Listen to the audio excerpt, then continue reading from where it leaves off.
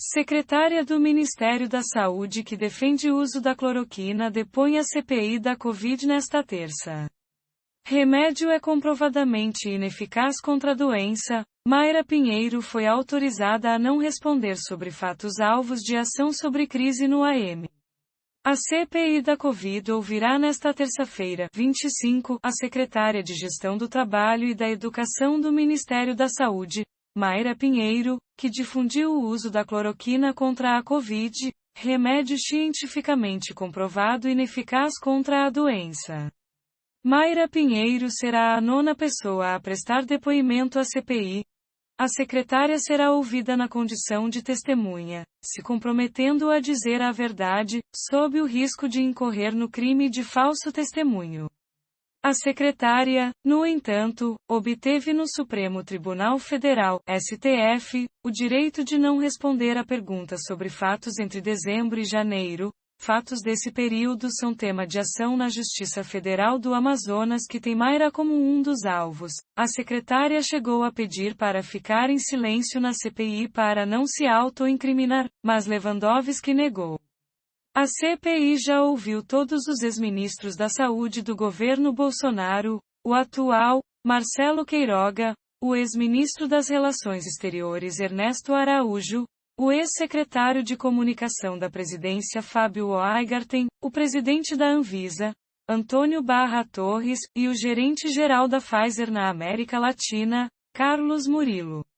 Chamada nas redes sociais de Capitã Cloroquina, Mayra Pinheiro é considerada a peça-chave para elucidar como o governo propagou e distribuiu remédios sem eficácia durante a pandemia. Um dos objetivos da comissão é identificar as digitais dos responsáveis no executivo por comprar, distribuir e estimular o uso de cloroquina. Entidades médicas se posicionam da seguinte maneira sobre o medicamento.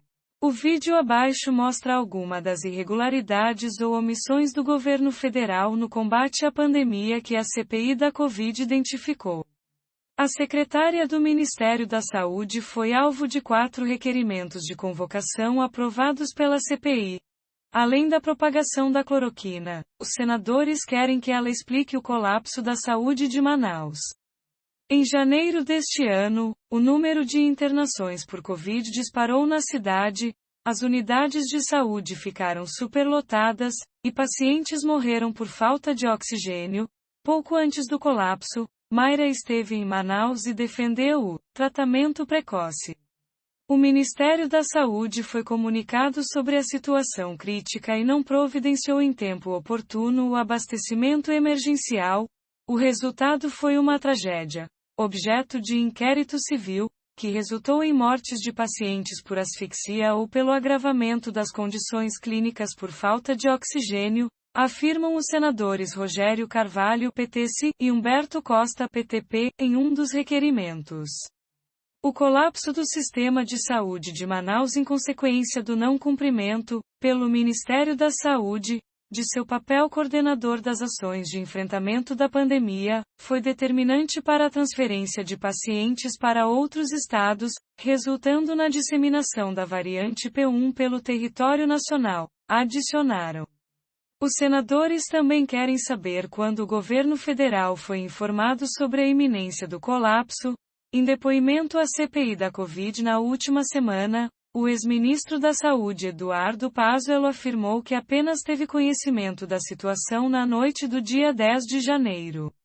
Já Mayra Pinheiro, em depoimento prestado ao Ministério Público Federal, disse que o secretário de Saúde do Amazonas, Marcelo Campelo, informou a respeito da falta de oxigênio no dia 8 de janeiro.